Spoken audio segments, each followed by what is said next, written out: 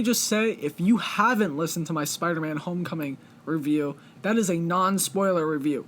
Go listen to that and then come back and listen to this, because in this one, I'm going to be talking about all the spoilers that I think are worthy spoilers of talking about. I should just state that out in the open, and so it's just clear. There are a bunch of Easter eggs and references in this movie, but I'm not going to talk about all of them. I'm just going to be talking about the ones that interested me the most, or the ones that are the most important. This is your final warning, so yeah, leave this video, go back, listen to the non-spoiler one, and then come back and listen to this one. So yeah, 3, 2, 1, let's get talking about spoilers. So I think the spoiler that interested me the most, like the coolest Easter egg or reference, so Donald Glover is playing a character in this movie. It was really kept under wraps for a while of who he was playing, and let me just say, he plays a character named Aaron Davis, and if you don't know who that is, that's the Prowler in the comics. Now, I don't really know a lot about this character. I'll probably do some research today or tomorrow, but before we figured out who Glover was playing, is it Glover or Glover? I don't know. But yeah, before we figured out who he was playing, he even said in an interview, my character is so secret that I can't even leave my trailer without a hoodie. Let me just tell you, that's not really true. Like, there's really nothing in this movie that, would be so bad that if a set photo was taken of him, that people would be like, oh, that's who he's playing. No, you probably wouldn't even be able to figure it out. But yeah, I think, so yeah, he plays this character, and so he, in one scene, is talking with Peter Parker, or Spider-Man, and so he makes a really cool reference that I'm super glad was included. He is the uncle of Miles Morales, and so he makes a reference to Miles Morales in the movie. He basically goes, the reason I'm trying to buy out all this alien stuff is because I have a nephew that lives out here, and I don't want him, getting involved with it. That's clearly a reference to Miles Morales, and I really like it, because it clearly establishes that he is in the universe. And I even looked into it. Kevin Feige did say there is a Miles Morales out there, but yeah, he said that, and so that's really cool. So, it leads me to believe, are they going to bring him in Spider-Man Homecoming 2? I don't know. I hope they do, though. This next Easter egg, this is an Easter egg, and I just died laughing in the theater when I saw it. But basically, there's a scene where Spider-Man gets a hold of a bag that Vulture had just put together of, alien artifacts, and he's, going through it to see what's inside it, and he pulls out, a stone or something, and then he pulls out Ultron's head. He literally just pulls out Ultron's head, and he's like, oh, that's cool, and then he throws it, aside. And I just died laughing when I saw that. Also, despite the many rumors, it sounds like Zendaya will be playing a form of MJ, Mary Jane, but not Mary Jane, because at the very end, she becomes president of, some science team or whatever they're on, and she goes, oh, you guys don't need to call me Michelle, you can just call me MJ. And, that's clearly an indicator that she's MJ, but not really Mary Jane. Also, one of the things I liked is that they kept Vulture and Shocker alive. And now let me just say, there are 2 Shockers in this movie. But one of the Shockers, they literally just kill off right away. You think they're setting the Shocker character up for something, and they're like, nope, and they just literally disintegrate him. And it was kind of funny, because, they didn't mean to disintegrate him. They thought they were just going to, warp him or something with some space gun.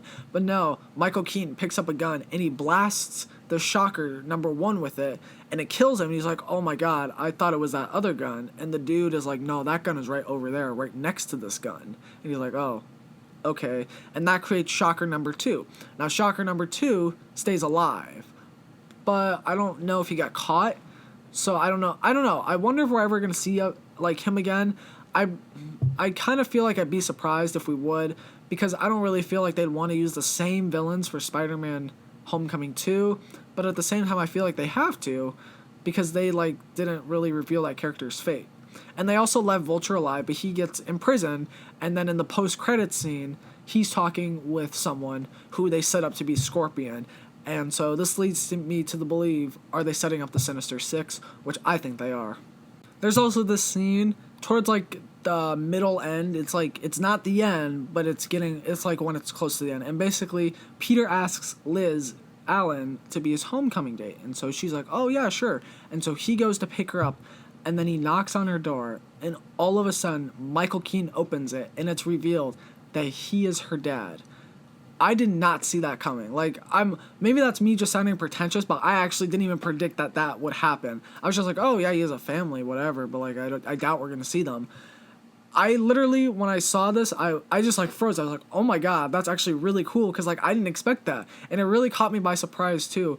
And like the next two scenes after that, where like Michael Keaton eventually figured out that Peter Parker was Spider-Man, was just brilliant. I thought the dialogue was great, the setting was great, everything about it was just great. I noticed a problem though with the movie, and I didn't talk about this in my non-spoiler review because it is a spoiler kind of, but the timeline's kind of messed up. So basically the movie starts in 2012. It picks up right after the very first Avengers movie, and so Michael Keaton runs this group that cleans up the messes that the Avengers make. And so it literally picks up like a day or two after the Battle of New York. And so basically, then stuff kind of happens, and then it says 8 years later, and we pick up the day of the Civil War fight at the airport.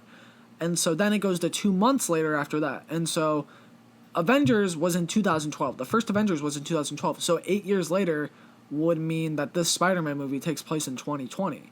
So does that mean that, Infinity War doesn't happen till like 2021? I don't know. I think that was just another timeline error that they didn't really, think about, but it's just a little weird.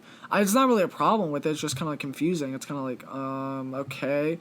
I think it was just another one of those errors, like the Guardians of the Galaxy one, where like Guardians 2 takes place in 2014, but Stan Lee says he was a FedEx man, and that was a 2016 event. So who knows? I think it was probably one of those errors. But yeah, I was a little surprised by that. It kind of caught me off guard. But it didn't really take away from my enjoyment of the movie. They also, in the final scene, they have Gwyneth Paltrow return quickly for a cameo, so that was really cool to see her again, because we haven't seen her for a while. And also in that final scene, Tony's like, Peter, if you want, you can become an Avenger. And so he shows Peter this new suit. Now, I'm not sure what to think of this suit. It's because it's not the Iron Spider suit, but it's iron, but it doesn't have the Iron Spider design. But at the same time, it looks like the Spider-Man 2099 outfit. And so I don't know. The outfit was super cool, but eventually he declines it, and he's like, no, I'd rather just, be regular Spider-Man. And so he goes back home, and he puts on his suit, and like, it's kind of one of those heroic shots where he's standing in his room looking out his window, and then it pans behind him and shows that Aunt May is standing in his doorway looking at him, and she goes, what the and then the screen literally starts playing Blitzkrieg Bob as the credits song. And everyone just died laughing in the audience when that happened. That was amazing. That was literally the most perfect ending to that movie ever. I couldn't think of a better ending. And the second post-credit scene. So the second post-credit scene is kind of like the Deadpool one, but this time it's Captain America that comes out, and it's just a blank white screen. And throughout the movie, they have like these Captain America infomercial type videos, because like they recorded it or something to make it seem like it was, I don't know, it was kind of confusing. It's really confusing to describe it. You have to just see it. But basically, Captain America comes to the screen, and he's talking to the audience about patience. And he's like, you just need to be really patient, because you sat in the theater waiting for this moment, and it just turned out to be a huge disappointment. While this post-credit scene is funny, I thought it would have been more funny if it was a setup for an Infinity War, like a fourth wall break, like, you've been waiting for Thanos for a long time, but you're just still going to have to wait till Thor Ragnarok. I thought that would have been more funny. It was still funny altogether, but I thought that would have been more funny if it was like a setup to Infinity War saying, yeah, you just need to be patient because we're going to make you. There are a bunch of more Easter eggs and references in Spider-Man Homecoming. I know I wasn't able to talk about all of them. I just really talked about the ones that stood out to me that I liked the most. And I bet there's always one I forgot that I really liked. Every time I've talked with one of my friends about this, I always go home or I shut off my computer and I upload my video and I'm like, oh my gosh, there was that one and that was amazing, but I just forgot to talk about it. Oh crap. But I'm sure there's one I forgot, but I wanted to talk about the ones that, I felt stood out the most and that I liked.